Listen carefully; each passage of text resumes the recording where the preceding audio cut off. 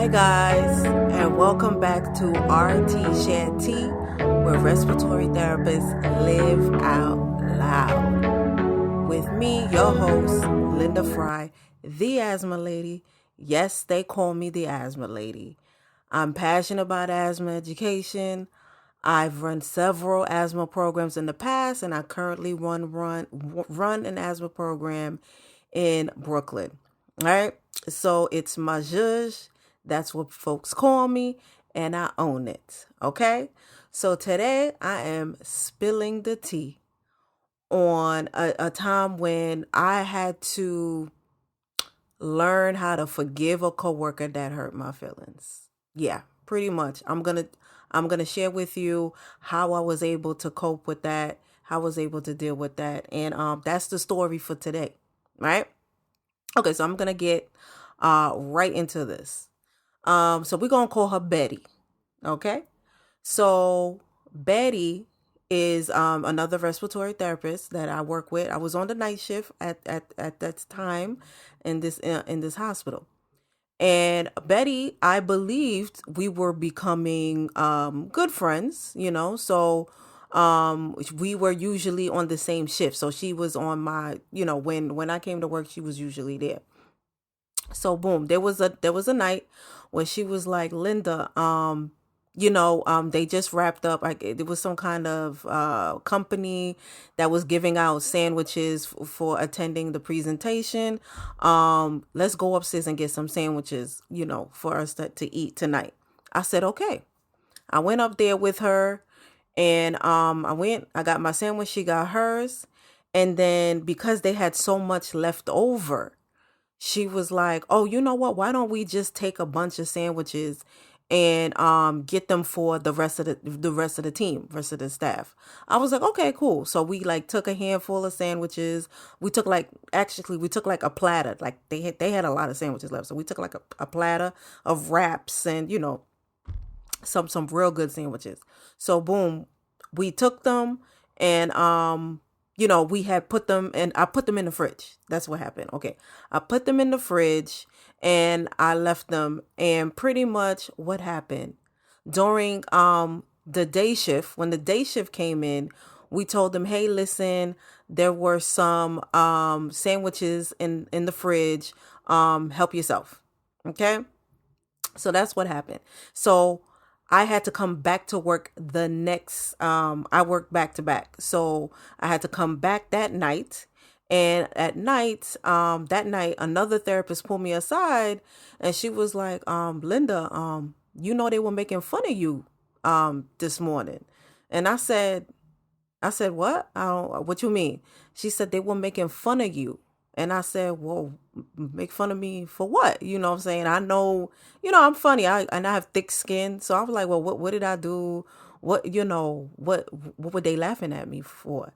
And she was like, Betty told everybody that not to touch the sandwiches in the refrigerator, that you were saving them for your family, that you frugal.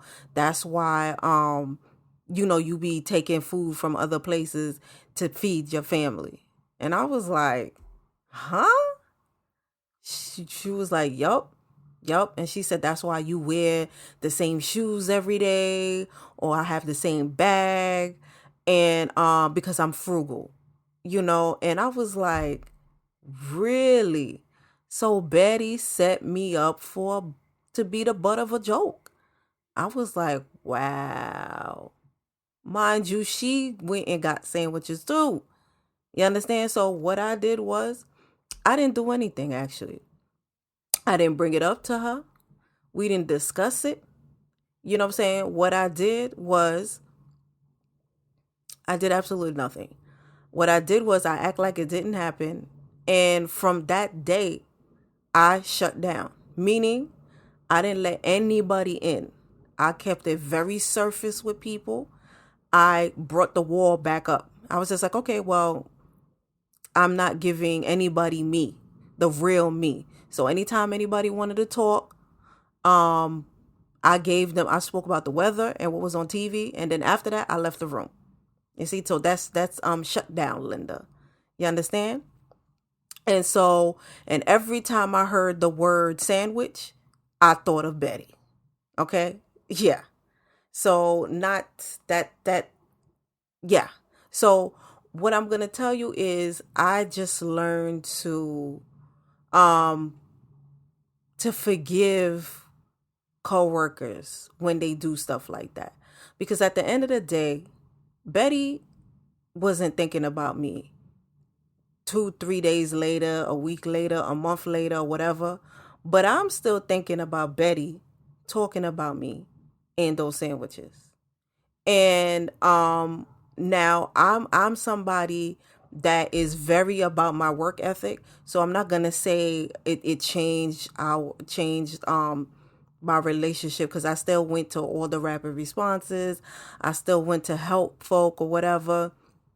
It didn't really disrupt patient care for me, but it did, like I said, it made me not express myself, and it made me not be my true self at work. So what I did was I had to learn how to forgive someone that works with me. So what I've learned is, like, just like how they teach you how to do affirmations, that's a real thing. What you do is you look in the mirror and you say, I forgive Betty for talking about me and the sandwiches on XY day. And that's it. Move on. That's it. So you are telling your brain and your heart that you forgave this person. You're looking in the mirror and you are saying, I forgive this person. Point blank in a period. That's it. You're stating why, about the sandwiches, talking about the sandwiches, and that you forgive. And that's it. Because if you do not do this, now, mind you, you are not going to the person's face and saying, I forgive you. Because that's going to go left. They're going to be like, well, what are you talking about? Forgive me for what? You know what I'm saying? That can go completely left. I'm talking about to yourself, because this is about people not stealing your joy at work. And this is how you can start to be unhappy at work with folks when they hurt your feelings. We're all human, and we're all these ball of feelings. So when it comes to forgiving someone, it is within your best interest to do it. It has really nothing to do with the person. It's about you. You understand? So Steve Harvey, I forget where he got it from, but he said he got it from somewhere. But Steve Harvey said that holding a grudge or resentment towards somebody is like drinking poison and expecting them to die. It's the truth. It is. That person not even thinking about you anymore. They done moved on with their life. They living their lives.